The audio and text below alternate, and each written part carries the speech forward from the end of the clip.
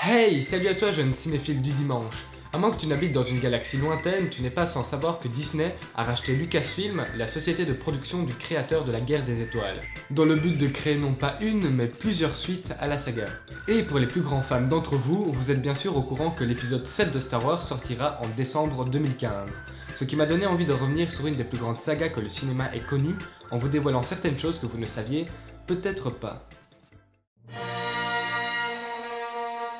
Le savais-tu? Ça peut paraître bizarre, mais à ses débuts, Star Wars n'était pas du tout promis à un bel avenir. En effet, aucun studio ne croyait en la saga et George Lucas lui-même a fini par douter de la réussite de son film. L'histoire raconte que lors du tournage de l'épisode 4 de Star Wars, donc le premier pour ceux qui ne savent pas, George Lucas se rendit sur les lieux de tournage de Rencontre du troisième type, produit par son ami Steven Spielberg. George Lucas lui avoua qu'il avait peur que son film ne marche pas et était en revanche convaincu de l'énorme succès à venir du film de Spielberg. George Lucas lui proposa alors un pari très simple, échanger 2,5% des droits sur leurs films respectifs.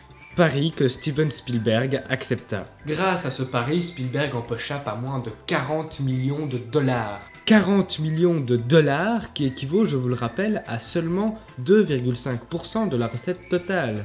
Le savais-tu? Bien qu'on accorde la paternité de Star Wars à George Lucas, il faut savoir qu'il n'a pas réalisé tous les Star Wars. En effet, l'épisode 5 a été réalisé par Irving Kershner et l'épisode 6 par Richard Marquand. Mais bon, c'est quand même George Lucas qui s'est occupé du scénario et il faut dire qu'il était jamais vraiment loin de sa saga. Le savais-tu? 3. C'est le nombre d'acteurs qui ont interprété certainement l'un des plus grands méchants du cinéma. Dark Vador était en effet joué non par un mais par 3 acteurs différents. David Prowse porta l'armure du personnage, le doubleur James Earl Jones lui donna sa voix si caractéristique, et le comédien Sebastian Shaw était son vrai visage à la fin de l'épisode 6. Le savais-tu? Les personnages R2-D2 et C3PO sont directement inspirés du célèbre duo comique Laurel et Hardy. L'un maigrichon et un peu simplet, et l'autre beaucoup plus en chair et beaucoup plus raisonnable et éclairé, ce qui donne lieu bien sûr à de nombreuses situations comiques.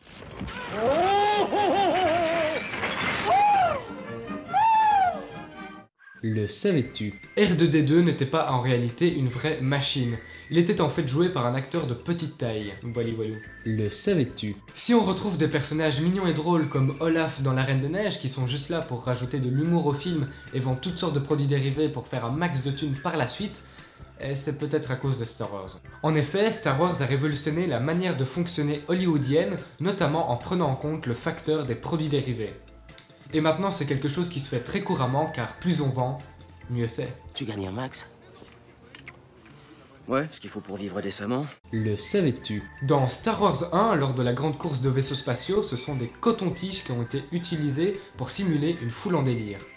Les cotons-tiges étaient peints et placés devant un ventilateur pour donner un effet de mouvement. Le savais-tu? George Lucas, voulant garder secrète sa célèbre réplique « Je suis ton père », trompa ses associés et ses comédiens en remplaçant dans le scénario officiel le « Je suis ton père » par « Obi-Wan Kenobi est ton père » et la scène fut tournée ainsi. Ce n'est que bien après, en post-production, qu'il le changea par le cultissime « Je suis ton père ». No, I am your father.